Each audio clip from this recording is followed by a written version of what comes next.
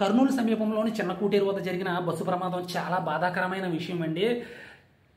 ఎంత ఘోరం అంటే ఇంతకు ముందు కూడా బస్సు ప్రమాదాలు జరిగినాయి, చాలామంది చనిపోయారు. అయినా సరే మళ్ళీ జరుగుతున్నాయి.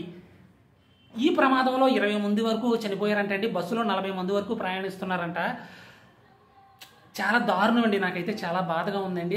అయితే ఈ ప్రమాదాలు ఎందుకు జరుగుతున్నాయి అంటే ఖచ్చితంగా సరైన జాగ్రత్తలు లేకపోవడం వల్ల జరుగుతున్నాయి. ముఖ్యంగా ఆర్టీసీ బస్సుల్లో కానీ లేదంటే ప్రైవేట్ బస్సుల్లో కానివ్వండి, ఏ బస్సులోనైనా సరే ముందుగా చెక్ చేసుకోవాల్సింది ఎలక్ట్రికల్ సిస్టమ్ ప్రాపర్గా ఉందా లేదా, కరెక్ట్గా పనిచేస్తుందా లేదా ఖచ్చితంగా ప్రతి డ్రైవరు బస్సు బయలుదేరే ముందు చెక్ చేసుకోవాలండి. ఎందుకంటే షార్ట్ సర్క్యూట్ అయ్యి బస్సు అంతా తగలపడిపోయే ప్రమాదం చాలా వరకు ఉంది. ఫస్ట్ మెయిన్ రీజన్ ఇదే, ఎలక్ట్రికల్ సిస్టమ్ చెక్ చేసుకోవాలి. ముఖ్యంగా ప్రైవేట్ బస్సుల్లో అయితే ఎలక్ట్రికల్ సిస్టమ్ చాలా ఎక్కువ ఉంటుందన్నమాట. ఎందుకంటే సౌండ్ సిస్టమ్ అది ఉంటుంది కాబట్టి ఖచ్చితంగా వాళ్ళు చెక్ చేసుకోవాలి. చెక్ చేసుకుని బయలుదేరాలి.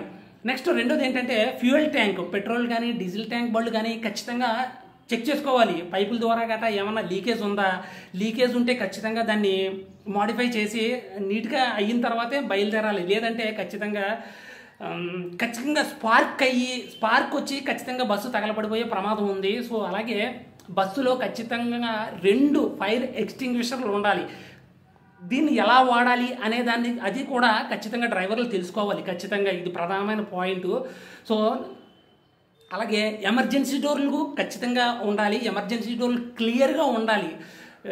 బస్సు ఎక్కే ప్రయాణికులు ఖచ్చితంగా ఈ ఎమర్జెన్సీ డోర్ ఎక్కడుంది అనేది వాళ్ళందరికీ తెలియజేయాలి. సో ఇలాంటి జాగ్రత్తలు ఖచ్చితంగా తీసుకోవాలి బస్సు నడిపేటప్పుడు.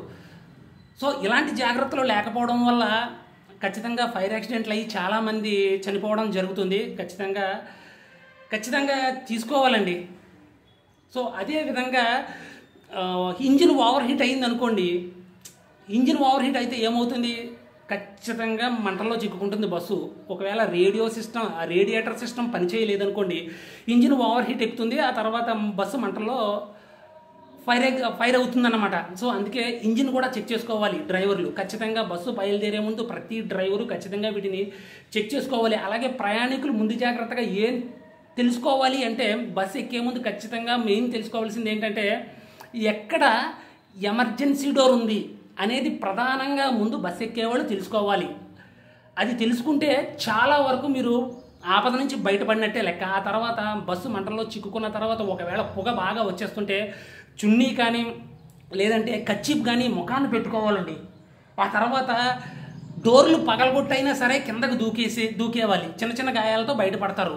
సో ఇలాంటి అవగాహన ప్రతి ఒక్కరికి ఉండాలి. అలాంటప్పుడు బస్సు ప్రమాద తీవ్రతను నివారించవచ్చు అన్నమాట. అలాగే ముందు చెప్పినట్లు ఎలక్ట్రికల్ సిస్టమ్ కానీ లేదంటే ఇంజిన్ హీట్ ఎక్కడం కానీ, డీజిల్ ట్యాంక్ పెట్రోల్ ట్యాంకులు లీకేజీలు కానీ లేదంటే ఫైర్ ఎక్స్టింగ్విషర్లు కానీ ఇలాంటి జాగ్రత్తలు ప్రతి డ్రైవరు తీసుకోవాలండి. తీసుకున్న తర్వాతే బస్సు ప్రయాణికులతో స్టార్ట్ చేసి వెళ్ళాలి.